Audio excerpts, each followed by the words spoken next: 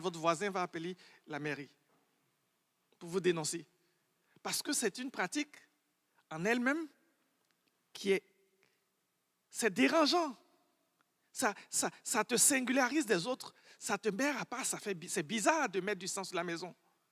Et puis je me dis, quand je lis, la Bible dit, Dieu dit, quand je verrai le sang, je passerai par-dessus. Et là aussi, ça me dérange. Parce que je me dis, Seigneur, tu as dit, tu vas frapper tous les premiers-nés d'Égypte. Ok, j'ai compris. Est-ce que tu n'es pas capable de faire la différence entre l'Égyptien et le Juif? Est-ce que Dieu n'est pas capable de faire la différence entre les Égyptiens et les Juifs? Ça prend-tu du sang pour qu'il puisse faire la différence entre les Juifs et les Égyptiens? Même les sages-femmes d'Égypte savaient faire la différence entre les Égyptiens et les Juifs. La preuve, Pharaon leur a dit, quand les femmes d'Israël viendront accoucher, quand c'est un enfant mâle, tuez-le. Ça veut dire que même les sages-femmes d'Égypte savaient faire la différence entre les Égyptiennes et les Hébreux. Ça prend-tu vraiment à Dieu du sang pour faire la différence entre les Juifs et les Hébreux et les Égyptiens?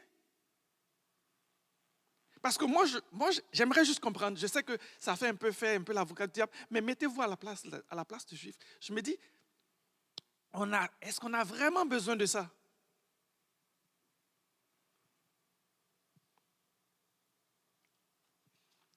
Deuxième point. Les enfants d'Abraham, tout le monde savait qu'ils étaient circoncis. Il y avait une différence qui était marquée dans leur chair. Et Dieu dit, quand je verrai le sang, je passerai par-dessus. Seigneur, tu as besoin vraiment du sang pour faire la différence. Ça fait plus de 300 ans qu'on est esclaves. Allô? Tout le monde fait la différence entre nous et les Égyptiens. As-tu besoin du sang pour faire la différence au moment où tu vas envoyer ton ange? Ton ange, il a besoin de lunettes pour voir que nous, on n'est pas Égyptiens. Ça fait 400 ans qu'on est esclaves. Et vous savez ce qui me dérange le plus? C'est que quand je lis ma Bible, Dieu savait faire la différence entre les Juifs et les Égyptiens. Et si Dieu sait faire la différence entre les Juifs et les Égyptiens, pourquoi est-ce qu'il demande le sang en plus? Prenez avec moi, restons toujours dans Exode. Prenez avec moi Exode chapitre 8, verset 19. On va aller un peu plus en arrière. Exode chapitre 8, verset 18.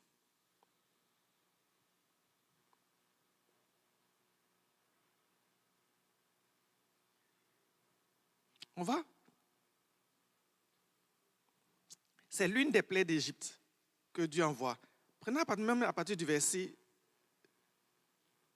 18. Dieu dit, mais en ce jour-là, je distinguerai le pays de Gozem où habite mon peuple et il n'y aura point de mouche afin que tu saches que moi, l'Éternel, je suis au milieu de toi. Quand Dieu envoyait les plaies, il savait faire la différence entre les Juifs et les Hébreux. Les Juifs habitaient dans le pays de Gozem en Égypte. Quand la plaie des mouches est venue, Dieu a fait la différence. Les mouches ont envahi l'Égypte, mais les mouches n'ont pas touché les Hébreux. Donc Dieu, tu sais faire la différence entre nous et les Juifs et les Égyptiens. Pourquoi est-ce que tu demandes du sang en plus? Je continue mon argumentation. Prenez aussi Exode 9, verset 25. Vous m'excusez, mais il y a des jours où je discute avec Dieu parce que j'aimerais comprendre des choses. Et puis là, je discute avec lui, puis Seigneur, je dis, Seigneur, j'ai besoin de comprendre plus. Parce que ce que tu demandes là, ça ne fait pas trop de sens dans mon mind à moi. Exode 9, verset 25. Exode 9, verset 25. La grêle frappa dans tout le pays d'Égypte. Tout ce qui était dans les champs, depuis les hommes jusqu'aux animaux. La grêle frappa ainsi toutes les herbes des champs et brisa tous les arbres des champs. On continue. Ce fut seulement dans le pays de Gozem où étaient les enfants d'Israël qu'il n'y eut point de grêle. 2 fois, Dieu montre qu'il s'est fait la différence entre les Juifs et les Hébreux. On continue. Exode 10, versets 22 à 23. Là, il s'agit des ténèbres. Exode 10, versets 22 à 23. Moïse étendit sa main vers le ciel et il y eut d'épaisses ténèbres dans tout le pays d'Égypte pendant 3 jours. On ne se voyait pas les uns les autres et personne ne se leva de sa place pendant 3 jours. Mais, il y avait de la lumière dans le pays où habitaient les enfants d'Israël. 3 fois, déjà que Dieu montre qu'il s'est fait la différence entre les enfants d'Israël et les Égyptiens. Alors, je me dis, Seigneur, ton affaire, ça ne marche pas. Je ne sais pas si vous faites comme moi. J'espère que vous ne faites pas comme moi. Parce que moi, souvent, quand je lis ma Bible, je discute avec Dieu. Puis j'essaie de comprendre ces affaires. Et je dis à Dieu, je dis, Seigneur, cette affaire, ça ne marche pas parce que je ne comprends pas. Je ne comprends pas pourquoi est-ce que tu dis, quand je verrai le sang, je passerai outre. Je passerai par-dessus. As-tu besoin du sang pour faire la différence entre nous et nos ennemis?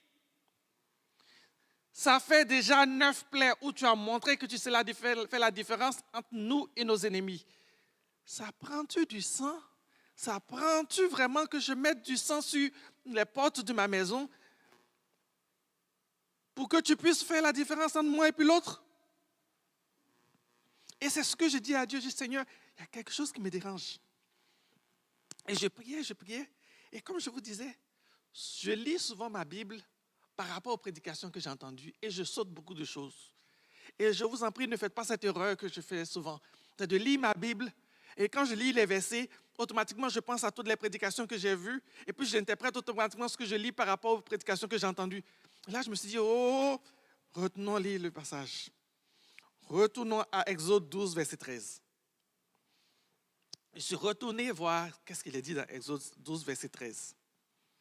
Il dit, le sang vous servira de signe. Je dis, donc le sang qu'on met sur les portes, ce n'est pas un signe pour Dieu. C'est un signe pour qui? Pour nous. C'est ça que je n'ai pas compris. Dieu dit, le sang vous servira de signe. Ce n'est pas pour moi, Dieu dit. Dieu dit, moi là, je sais faire la différence déjà entre vous et vos ennemis. C'est pour vous-même que je veux que vous mettrez le sang pour que ça vous serve de signe. En fait, ce que Dieu dit là, il dit, je veux que vous-même vous masquez, vous marquez que vous êtes à moi. Devant tous vos voisins, que tous vos voisins voient que vous n'êtes pas comme eux. C'est ce que Dieu dit. Il dit, le sang vous servira de signe. Et la semaine passée, Mélé a parlé d'évangélisation. Aujourd'hui, je veux parler de témoignage, de prendre sa place. Regardez ce qui se passe. 9 plaies d'Égypte. 9 plaies pendant lesquelles tout ce qu'on a vu, c'est Moïse et Pharaon en train de s'argumenter. Pendant toutes les 9 premières plaies, la chicane est toujours entre Moïse, Aaron et Pharaon. Le peuple d'Israël n'est pas concerné. Le peuple d'Israël n'est pas concerné. C'est vrai qu'elle bénéficie de la protection de Dieu, mais dans toutes les 9 premières plaies, c'est juste Moïse versus Pharaon. Dans la 10e plaie, Dieu dit au peuple d'Israël, cette fois-ci, je vous embarque dans l'affaire. Je vous embarque dans l'affaire. Et c'est ce que Dieu me dit aujourd'hui. Je vous embarque dans l'affaire. Je veux que vos voisins, que les gens qui vous entourent sachent que vous m'appartenez. Moi, je sais que vous m'appartenez, mais je veux que vos ennemis sachent que vous travaillez avec moi. Parce que après la nuit de la Pâque, quand les premiers-nés d'Égypte sont morts, tous les Égyptiens ont compris que les Juifs étaient complices dans l'affaire. Tous les Égyptiens ont compris que les Juifs étaient dans le coup. Parce que tu te réveilles, la veille, tu as vu ton voisin mettre du sang sur sa maison, tu l'as trouvé bizarre. Le lendemain, ton fils est mort, son fils n'est pas mort. Tu vas voir le prochain voisin, il a mis du sang sur sa maison que tu trouvais bizarre. Ton fils est mort, son fils n'est pas mort. Tu dis, hey, tu savais ce qui allait se passer. C'est pour ça que tu as fait ça. Tu es dans le coup. Tu es dans le coup. Et vous savez, Dieu est bon. Dieu fait grâce. La Bible dit, il fait pleuvoir sur les bons et les méchants. C'est vrai. Dieu bénit tout le monde. Dieu veut sauver tout le monde. Mais il y a un niveau de délivrance. Il y a un niveau de salut. Il y a un niveau de bénédiction que tu ne peux pas atteindre si tu ne prends pas position pour Dieu. Il y a un niveau de délivrance que tu ne peux pas atteindre si tu restes, tu ne prends pas position pour Dieu. Et Dieu dit à son peuple, le sang que vous mettez, c'est un signe pour vous. Je veux que vous... Le mot qui me vient en anglais, c'est single out. Je veux que vous marquez, que tout le monde voit que vous êtes chrétien. Et c'est ce que Dieu me dit aujourd'hui. Il dit, je veux que mes enfants soient marqués, qu'ils s'affichent eux-mêmes comme chrétiens. Il faut que leurs voisins voient qu'ils sont chrétiens. Il faut que les gens qui les entourent voient qu'ils m'appartiennent. Parce que ce que je veux faire dans leur vie, je vais les bénir, je vais les libérer, mais je veux qu'ils sachent, que le monde sache qu'ils m'appartiennent. Je veux qu'ils travaillent avec moi. Parce que, vous savez, ma question, c'est, est-ce que ça se peut que Dieu attende de toi que tu prennes position afin de vivre pleinement la délivrance que tu demandes? Se peut-il que Dieu attende que tu prennes position pour lui afin de rentrer pleinement dans la promesse qu'il a pour toi? C'est ma question. Est-ce que ça se peut?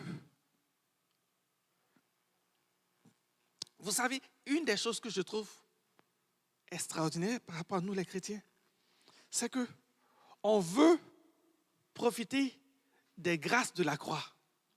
On veut profiter des délivrances et des bénédictions de la croix. Mais on ne veut pas porter l'opprobre de la croix. Parce que la croix est un opprobre. On ne veut pas porter l'opprobre de la croix. Dieu voulait que son peuple assume sa part dans la délivrance qu'ils vont faire. Dieu dit, vous allez mettre du sang sur votre maison, on va vous trouver bizarre.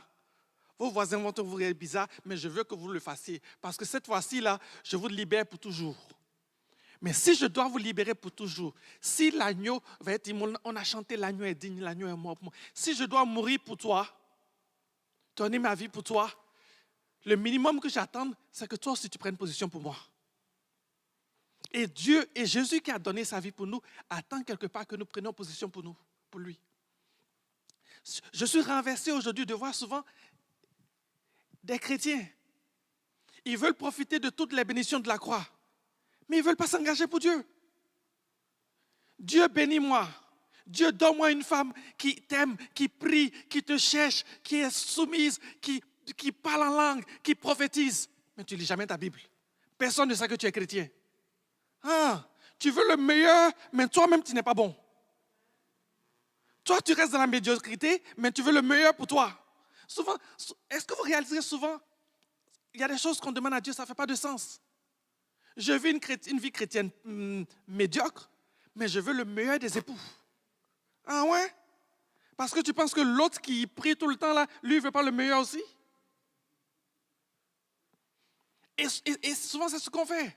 Ou bien, Seigneur, délivre-moi. Je vais vous raconter un témoignage que j'ai vécu avec ma femme. On a rencontré une personne qui avait des problèmes de dépendance de drogue. Puis on a prié pour cette personne, briser les liens. Tu es libre. On lui a dit, tu rentres chez toi, tu prends la drogue que tu as, puis tu brûles, détruis tout.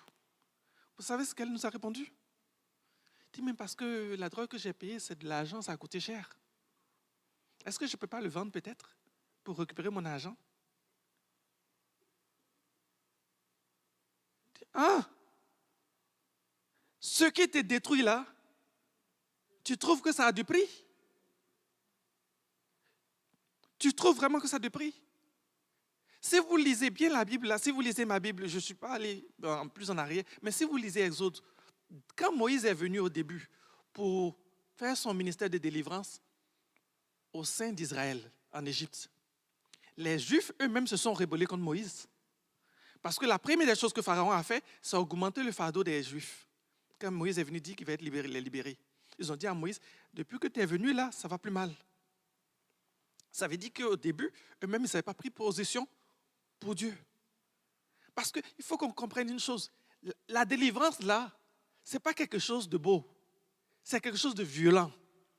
C'est quelque chose de violent. Et Dieu veut aujourd'hui que nous prenions position pour lui. Vous savez, une des choses de la Pâque, là, c'est ça. C'est pour ça que avant, je sais qu'on ne le fait plus, mais avant, dans la chrétienté 101, à la Pâque, on te baptisait en même temps. Tu donnais ta vie à Dieu, à la Pâque, on te baptisait. Pourquoi? Parce que la Pâque, on disait, moi je me rappelle, on me disait, quand tu te baptises, tu prends position devant Dieu et devant les hommes. Et je me demande aujourd'hui, est-ce que tes voisins sachent que tu es chrétien? Est-ce que tes voisins savent qui tu es? Parce que tu veux que Dieu te bénisse, tu veux que Dieu te protège, tu veux qu'il te sauve, mais tu ne veux pas qu'on sache que tu lui appartiennes. Ça ne marche pas. Ça ne marche pas. Et je vous dis, Paul dit à Timothée, il dit, dénonce les contradicteurs. Souvent, on est en contradiction avec nous-mêmes et avec Dieu. On est en contradiction avec ce que Dieu fait pour nous et ça ne marche pas. Et je prie que Dieu nous aide. Prenez avec moi Jean 10. Vous savez, alors que je priais, que je recevais ce passage, le verset qui me venait, c'était Jean 10, verset 11. C'est Jésus qui dit, le bon berger donne sa vie pour ses brebis. C'est un passage qu'on connaît. Il dit, le bon berger donne sa vie pour qui? Ses brebis. Les brebis qui lui appartiennent. C'est Jésus qui dit. Il dit, je donne ma vie pour les brebis qui m'appartiennent. Est-ce que tu appartiens à Dieu? Est-ce que tu appartiens à Jésus, mon frère, ma soeur? Tu dis, oui, j'appartiens à Dieu, je suis chrétien. Est-ce que les autres savent que tu es chrétien? Est-ce que les autres savent que tu es chrétien? As-tu déclaré devant tous ta foi? Ou bien est-ce que ta foi, c'est juste dimanche, venir à l'église, prier, et puis en semaine, vivre comme tout le monde?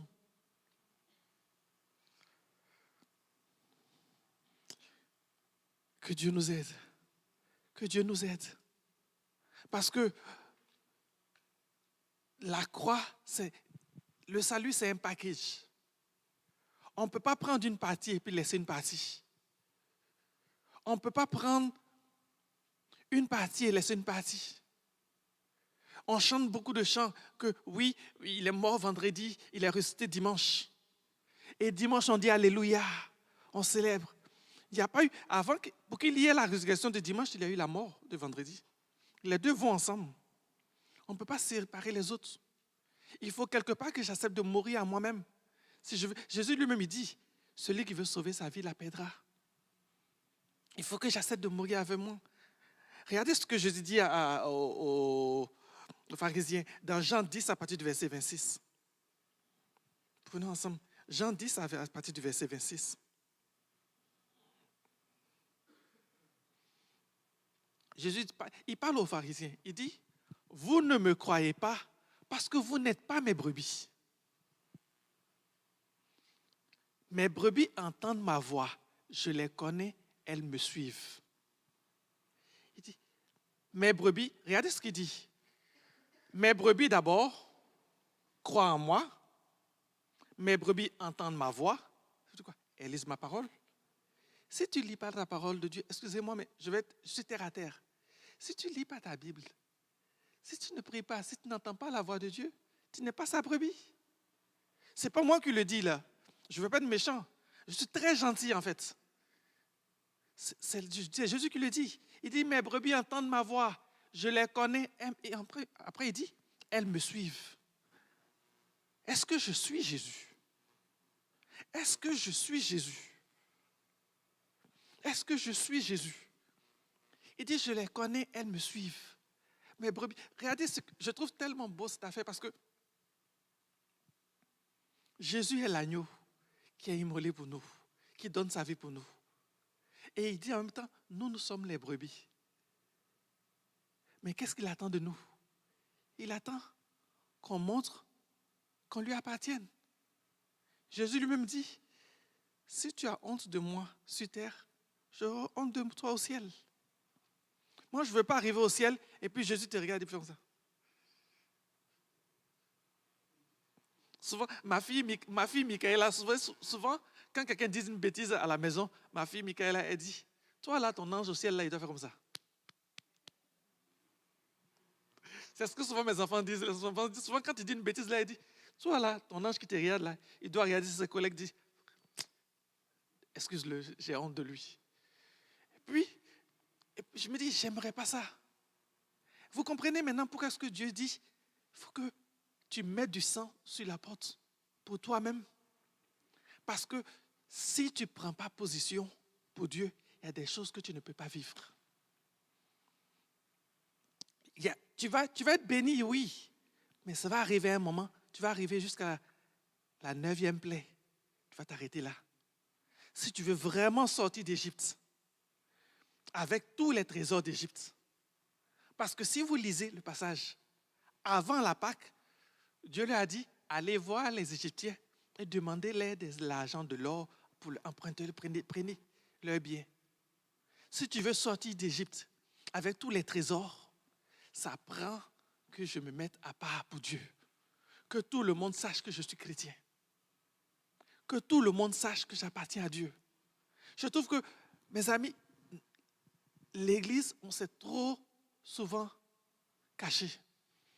On est devenu tellement gentleman, on est devenu tellement poli qu'on a perdu de notre passion, de notre zèle et de notre flamme. Je parlais de Dieu avec une soeur tantôt qui me disait, oui, moi j'ai arrêté de parler de Dieu à mon frère, à mon parent. Je dis pourquoi? Parce qu'il m'a dit, si je lui parle de Dieu encore, il ne va plus me parler. Ah ouais? Et j'étais tellement dépassé. Parce qu'elle a témoigné à son frère. Son frère lui a dit, si tu me parles encore de ton Dieu, je ne te parle plus.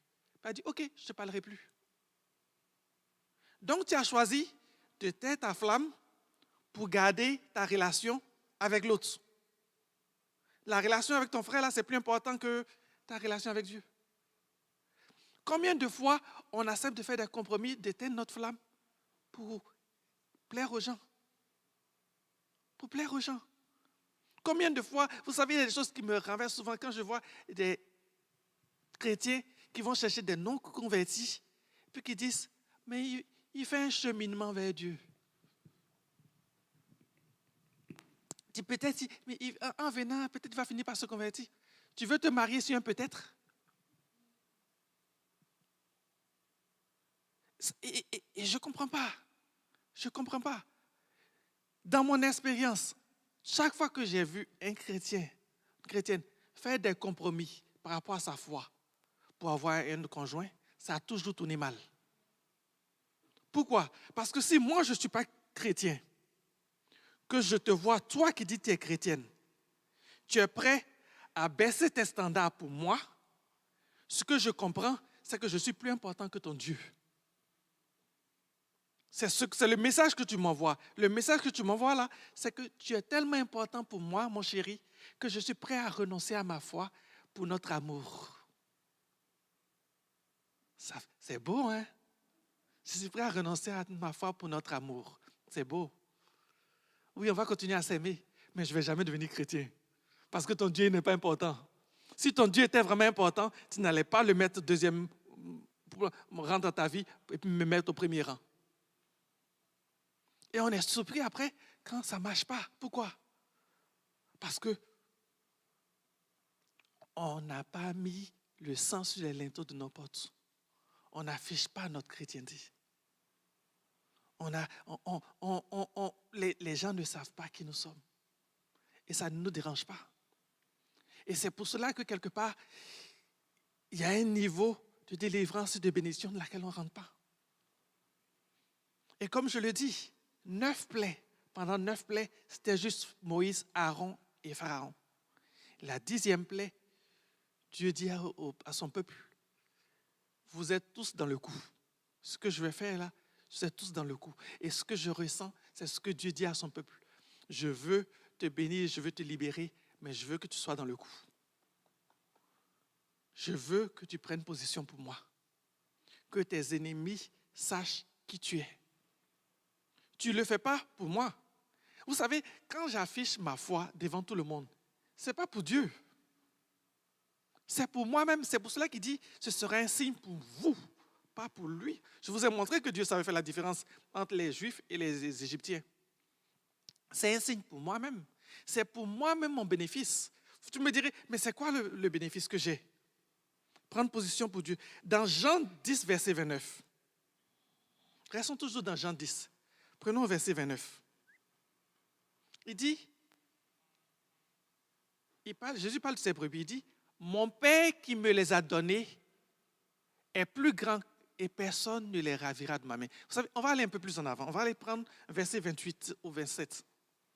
Il dit, je leur donne la vie éternelle et elles ne périront jamais et personne ne me les ravira de ma main. Il parle de qui? Ses brebis. Quand je prends position pour Dieu, je dis, je suis la brebis de Dieu. Jésus dit, personne ne va venir te ravir de ma main. Il y a une double protection. Ce que j'aime dans ce passage, 2 fois, l'expression ravir de ma main apparaît. D'abord, Jésus dit, personne ne pourra te ravir de ma main. Et Jésus ajoute après que mon Père est plus grand que tout et personne ne peut les ravir de sa main. Ça veut dire, quand j'ai pris position pour Dieu, que j'ai dit à tout le monde que je suis chrétien, il y a une double protection qui vient sur moi. Je suis protégé par la main de Jésus qui m'entoure. Et au-dessus de Jésus, la main de Jésus, il y a la main de qui? De son Père. Il dit, je leur donne la vie éternelle, elles ne périront jamais, personne ne les ravira de ma main. On continue au verset 29. Il dit, mon Père qui me les a donnés est plus grand que tout et personne ne peut les ravir de la main de mon Père. Il y a 2 mains qui sont autour de moi. La main de Jésus et la main de Dieu. Double protection. Ça, c'est ce que Dieu nous donne quand j'accepte de devenir sa brebis, de prendre position pour lui. Ce n'est pas pour Jésus. Vous savez, afficher sa foi, montrer que je suis chrétien, ce n'est pas pour Jésus, ce n'est pas pour le pasteur, ce n'est pas pour l'Église. C'est pour bénéficier de cette protection. Je ne sais pas si vous êtes rendu, mais quand vous allez à l'aéroport, la première chose qu'on vous demande, c'est votre passeport. Pourquoi? Parce que ton passeport va définir la protection que tu as. Quand j'arrive à la frontière des États-Unis, je montre mon passeport canadien, je dis, passez. J'ai une protection qui vient des ententes que le Canada a avec les États-Unis. Ils ne cherchent pas à savoir, OK, est-ce que vous avez un permis de séjour? Non, rentrez. Pourquoi? Parce que j'affiche qui je suis. Et quand je vais dans le monde que j'affiche qui je suis, il y a une protection qui vient avec.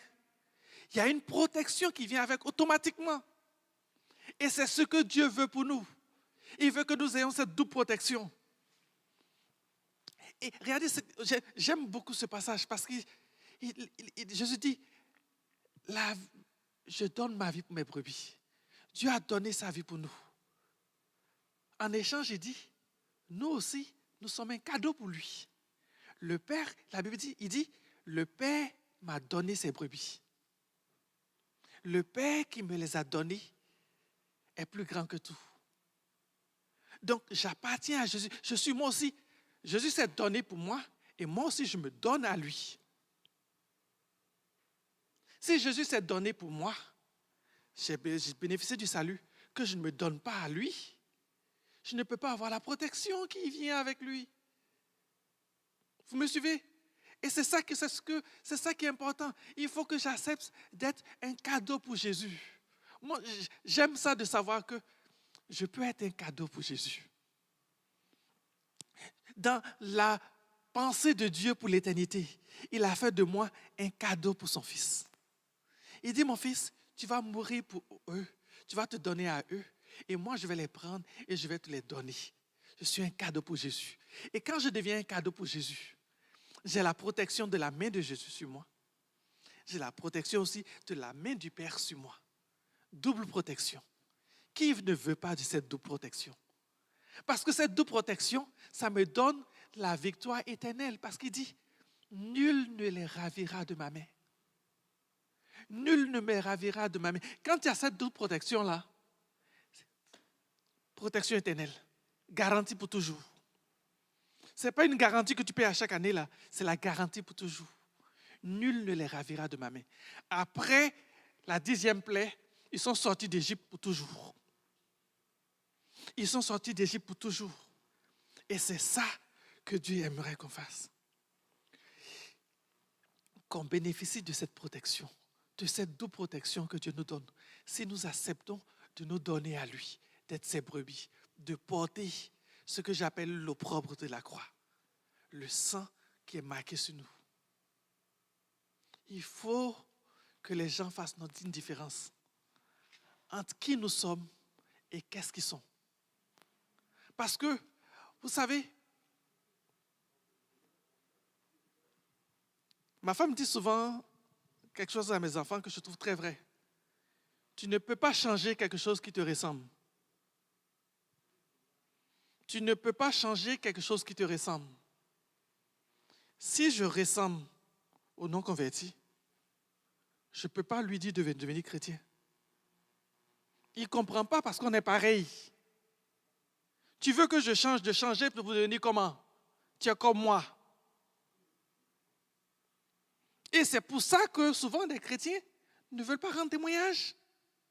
Parce que toi-même, tu sais que toi et le non-converti, vous êtes pareils.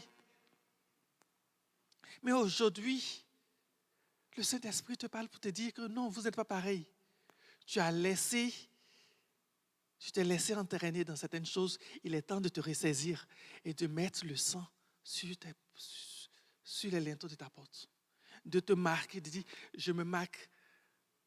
J'aime ce chant de Jesus Culture qui dit, je mets un sceau sur mon cœur, je suis marqué pour toi, que je t'appartiens. C'est le moment de dire, oui, je suis marqué pour toi. Je suis marqué pour toi, je m'appartiens. Vous savez, dans la culture de l'époque, quand un esclave atteignait un certain nombre d'années, son maître le relâchait.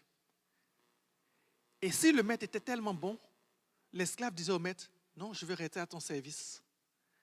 Alors on prenait un anneau qu'on lui mettait au nez ou bien à l'oreille pour dire que je t'appartiens. Je me marque pour dire que je t'appartiens, que je veux travailler pour toi parce que tu es tellement bon.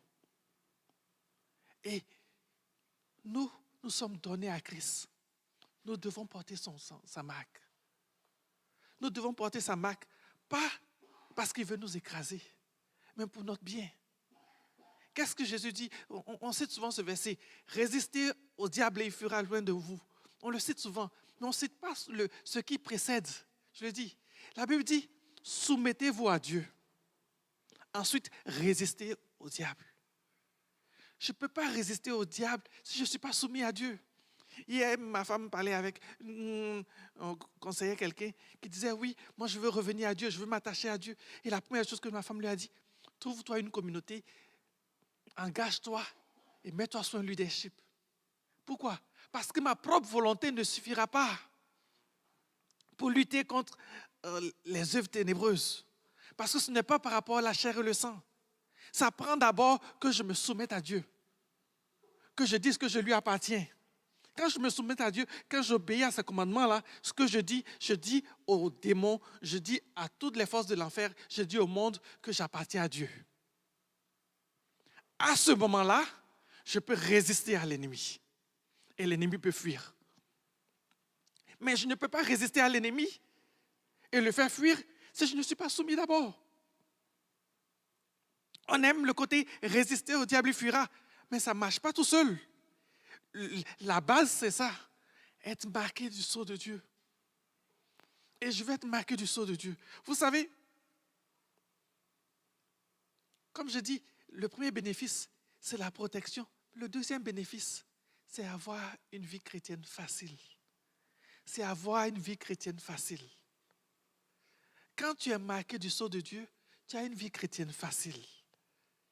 Jésus dit dans Jean 1, verset 5, la lumière luit dans les ténèbres et les ténèbres ne l'ont point reçue. La lumière luit dans les ténèbres et les ténèbres ne l'ont point reçue. On le connaît, on sait que ça parle de Jésus, mais ça parle de nous également. La lumière est dans les ténèbres. Suivez bien avec moi, on va aller terre à terre. La lumière est dans les ténèbres. Si la lumière ne brille pas dans les ténèbres, il n'y a pas de problème. Quand la lumière a brillé dans les ténèbres, qu'est-ce qui s'est passé? Les ténèbres, on dit non, on ne veut pas de toi. Si tu décides de vivre pour Dieu, de prendre la marque de Dieu, je te dis, mon frère, ma soeur, ce sera tellement facile de résister au péché. Pourquoi? Parce que tes amis qui viennent te tenter, eux-mêmes ne vont plus vouloir te tenter. Les ténèbres vont te chasser.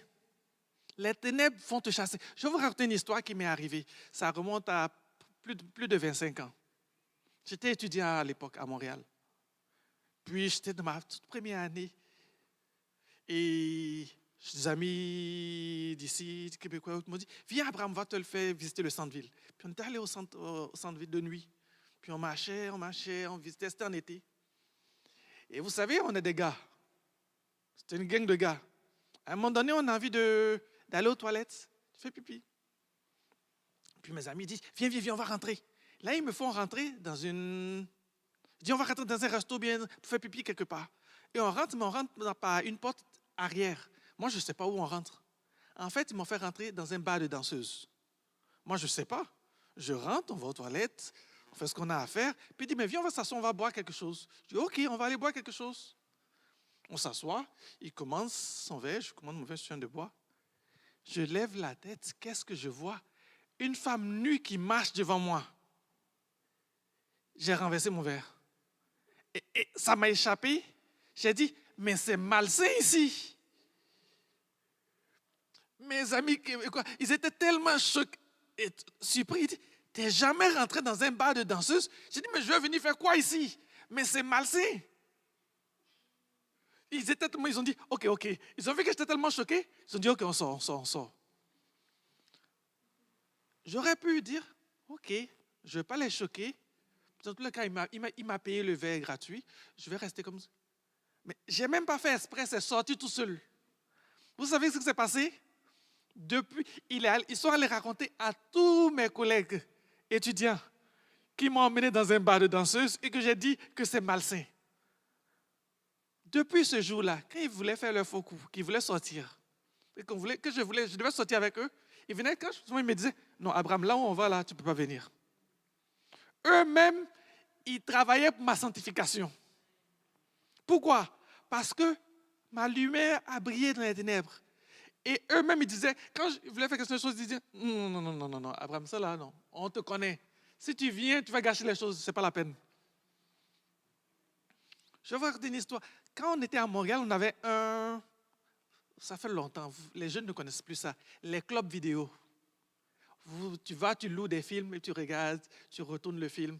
Ça n'existe plus maintenant, il y a Netflix. On en avait un non loin de chez nous. On allait louer des films de temps en temps. La propriétaire a réalisé une chose, c'est que souvent on louait un film, 10 minutes après on ramenait le film. Quelqu'un me demandait, pourquoi tu as ramené le film? Je dis, mais je regarde et puis j'aime pas ce qu'il y a dans le film.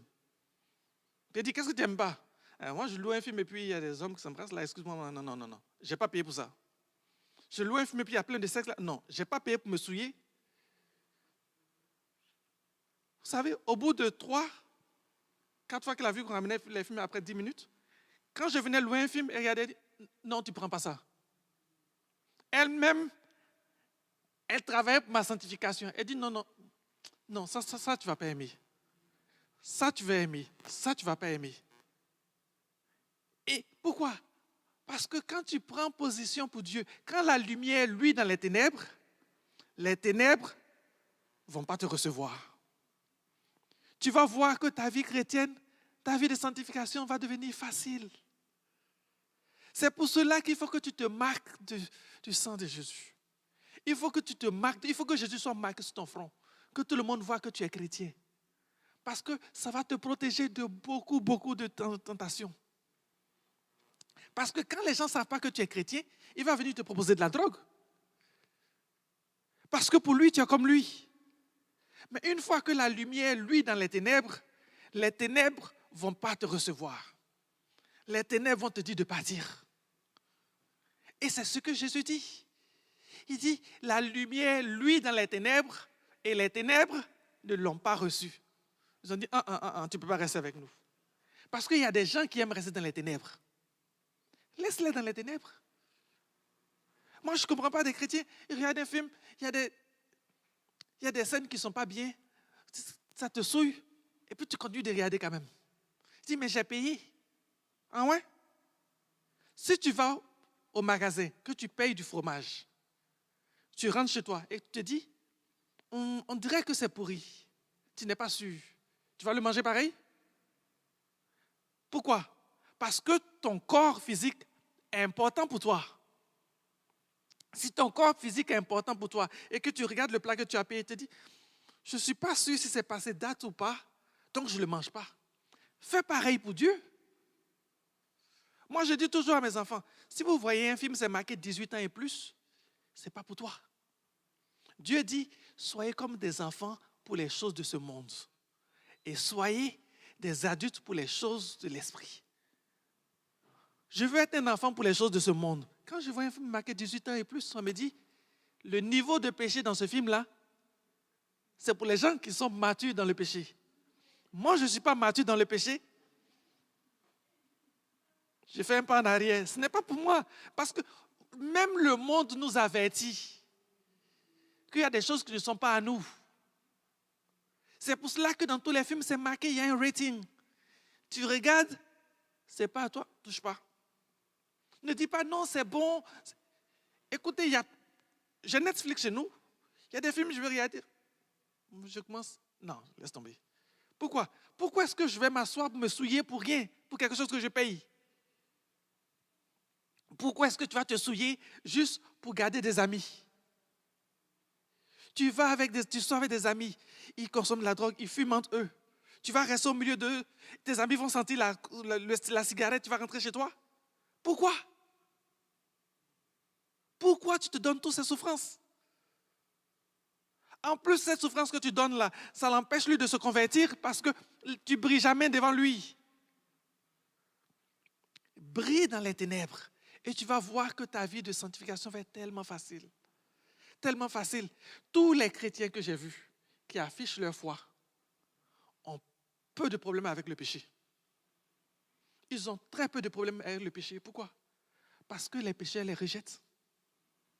Parce que les rejettent, les rejettent. Qu'est-ce que Jésus dit? Jésus dit, dans Jean 8, verset 12, « Celui qui me suit... » Oh, j'aime ça. Prenons ensemble le passage. Jean 8, verset 12.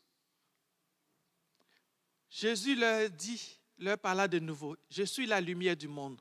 Celui qui me suit ne marchera pas dans les ténèbres. » Si tu suis Jésus, que tu affiches, tout le monde sait que tu suis Jésus, automatiquement, tu ne peux pas marcher dans les ténèbres.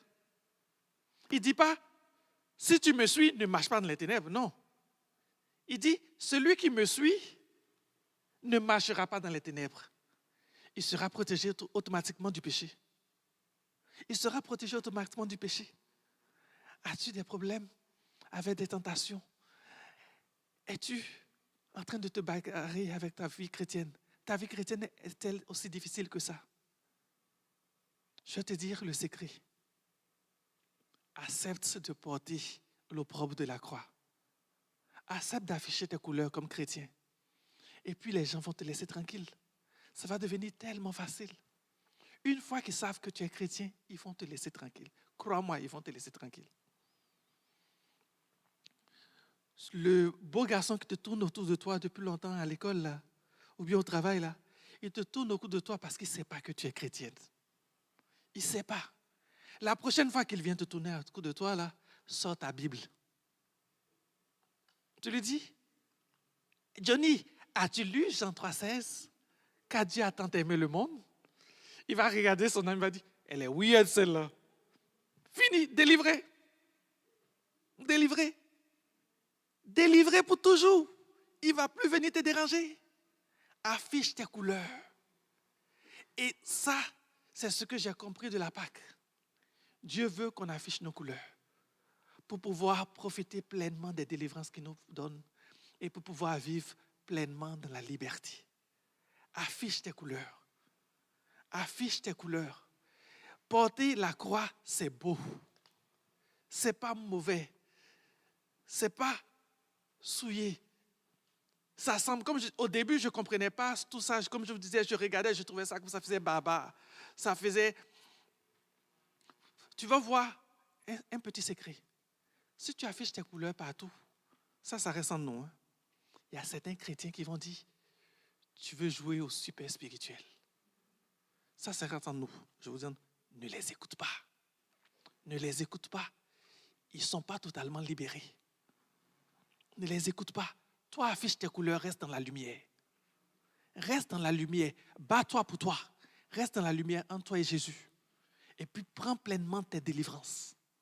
Prends pleinement ta vie chrétienne légère. Joyeux d'appartenir à Dieu. Vis ainsi. C'est le sens de la Pâque. Affiche tes couleurs. Affiche tes couleurs. Prions le Seigneur.